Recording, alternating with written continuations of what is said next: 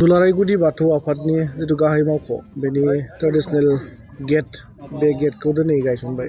बेनि महरगिरि महरै नोंथाङानो दा माबायदि महर होनाय जादोंबा बेनि सायाव थेमखौ एसे फोरमायनो हागोन। गोजोननाय थाबाय। गिबियावनो जों गोबाव समनिफ्रायनो बे गेटनि सोमोन्दै खनले रायलायबाय थानाय जादों आरो बिथांमोननि साजेसन आरो आंनि आइडिया जों बेफोरखौ ज' खालामनानै मोनसे डिजाइननि शेप होनाय जादों। दा बे डिजाइना जोङो मेनलि मंगलियान ग्रुपनि जायफोर आर्किटेक्ट डिजाइन जों बेखौ फल' खालामनानै बेवहाय जों जेसेबां जोंनि कालचारफोर दं बाथौजों सोमोन्दो थानाय थ' बेफोरखौ जों जेसेबां हागौ बेरखांहोनो नाजादों आरो बेखौ इन फिउचार जों बेवहाय गेटआव गासैबो जेसेबां हागौ रायलायनायनि गेजेरजों बे गेटखौ महर होगोन आरो बे दिनै फाइनाल डिजाइनखौ एप्रुभ खालामनानै बेखौ दिनै गायसननाय जाबाय। गोजोन्थों।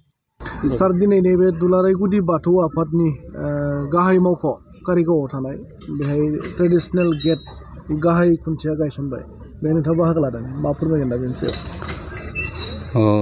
साफ्रोमखौबो दिनैनो नैबे निउस चेनेलनि गेजेरजों साबायखर बावहोग्रोबाय।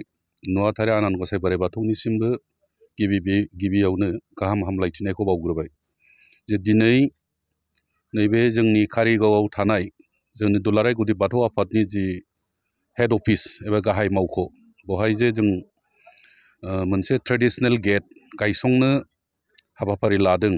बे गायसंनाय हाबाफारिखौ जों जागायबाय, एसे सिगाङावनो मावफुंबाय।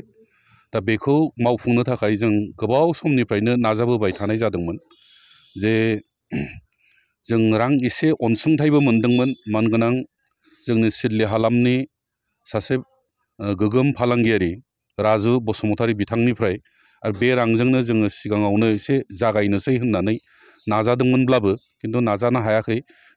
नाजायै फैयै नै दिनैनि दिनाव बे गोथार हाबाफारिया जाफुंनाय जाबाय आरो बे गेटखौ जों गोबाव सम सानलायदों, सावरायलायदों आरो बिनि जि डिजाइन, बिनि महर जों बुंबाय थादोंमोन जे जि गेटखौ नायोब्ला जोंनि बर'नि माखासे आसारखान्थि आखल आखु बा जोंनि धोरोमारि सिबिनायनि बिथिंखौ एसेब्लाबो बेरखांहोनो हायो, बे रोखोम मोनसे ट्रेडिशनेल गेट जोंनो नांगौ होननानै जोंनि गेजेराव PMB जायखौ जों पलिसि मेकिं बडि दं जोंहा हाइ लेभेल मोनसे कमिटि, बे कमिटिनि गेजेराव जों सावरायबाय थानाय जादोंमोन।